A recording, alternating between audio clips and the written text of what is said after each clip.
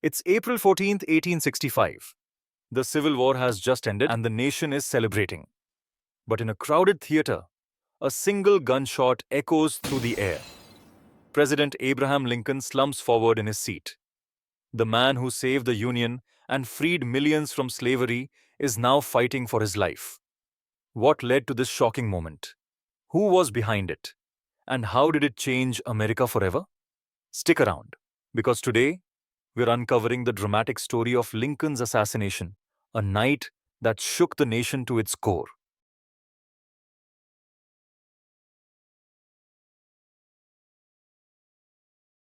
It was just 5 days after the end of the Civil War. The nation was beginning to heal, and President Lincoln was looking forward to rebuilding the country. On the evening of April 14th, Lincoln and his wife, Mary Todd Lincoln, attended a play at Ford's Theater in Washington, D.C. The play was Our American Cousin, a popular comedy of the time. But what should have been a night of celebration turned into a nightmare. John Wilkes Booth, a well-known actor and Confederate sympathizer, had other plans. Booth was furious about the Union's victory and Lincoln's push for Reconstruction, which included granting rights to formerly enslaved people.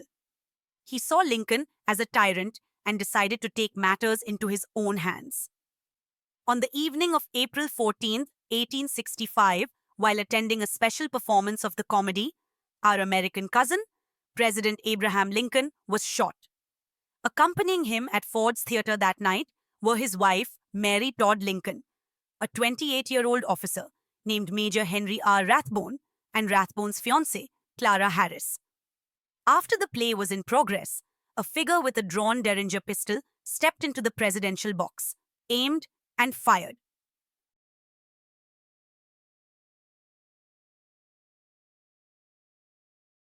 The assassin, John Wilkes Booth, dropped the pistol and waved a dagger. Rathbone lunged at him, and though slashed in the arm, forced the killer to the railing. Booth leapt from the balcony and caught the spur of his left boot on a flag draped over the rail, and broke a bone in his leg on landing. Though injured, he rushed out the back door and disappeared into the night on horseback.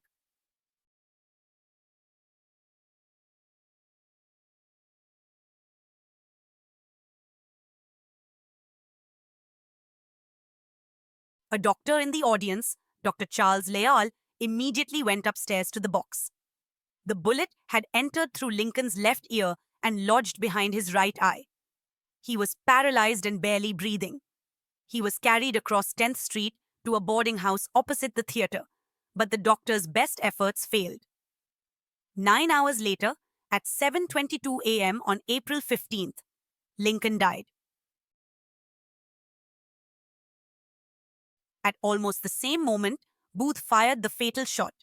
His accomplice, Lewis Powell, alias Lewis Payne, attacked Lincoln's Secretary of State, William Henry Seward, at his home on Lafayette Square. Seward lay in bed, recovering from a carriage accident. Powell entered the mansion, claiming to have a delivery of medicine from the secretary's doctor. Seward's son, Frederick, was brutally beaten while trying to keep Powell from his father's door. Powell slashed the secretary's throat twice, then fought his way past Seward's son Augustus, an attending Hospital Corps veteran and a State Department messenger. Powell escaped into the night, believing his deed complete. However, a metal surgical collar saved Seward from certain death. The secretary lived another 7 years, during which he retained his seat with the Johnson administration and purchased Alaska from Russia in 1867. In the 2 weeks following the assassination of President Lincoln, federal agents worked to determine who was responsible for the heinous crime. Hundreds of people were detained, questioned, and in some cases imprisoned. The investigators settled on 10 individuals they believed were responsible for the assassination. 1. John Wilkes Booth himself was cornered and killed at the Garrett Farm in Virginia on April 26, 1865. Another, John Surratt, had fled the country. He did not stand trial until 1867. The remaining 8 were charged in the conspiracy and tried by a military tribunal.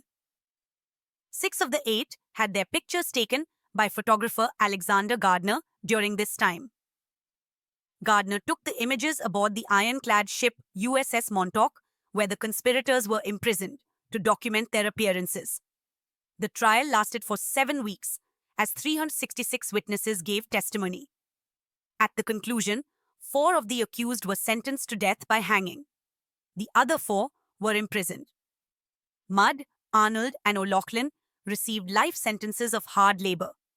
Ned Spangler received a sentence of 6 years hard labor. Authorities questioned several others who may have assisted Booth in the plot or in his escape. Many people were released due to a lack of evidence against them. Why did John Wilkes Booth kill Abraham Lincoln? Being a staunch supporter of the Confederate South, John Wilkes Booth deeply resented Abraham Lincoln for leading the Union to victory in the Civil War. He was particularly enraged by Lincoln's Emancipation Proclamation, which freed enslaved people in Confederate states. The final blow for Booth came when the Confederacy collapsed, with General Robert E. Lee's surrender at Appomattox Courthouse on April 9, 1865, making Lincoln the symbol of the South's defeat. Initially, Booth and his co-conspirators had planned to kidnap Lincoln and exchange him for Confederate prisoners. But after the South's downfall, Booth saw assassination as the only way to avenge his cause. He believed that killing Lincoln would destabilize the Union government and potentially give the South a chance to regroup and resist Northern control. Thanks for joining us on this journey through one of history's most pivotal moments. If you enjoyed this video and want to explore more fascinating stories from the past, make sure to hit that subscribe button and ring the notification bell so you never miss an upload. At Curious Couple HQ, we're all about diving deep into history, uncovering mysteries, and sharing stories that inspire and educate. Let's keep the curiosity alive. See you in the next video.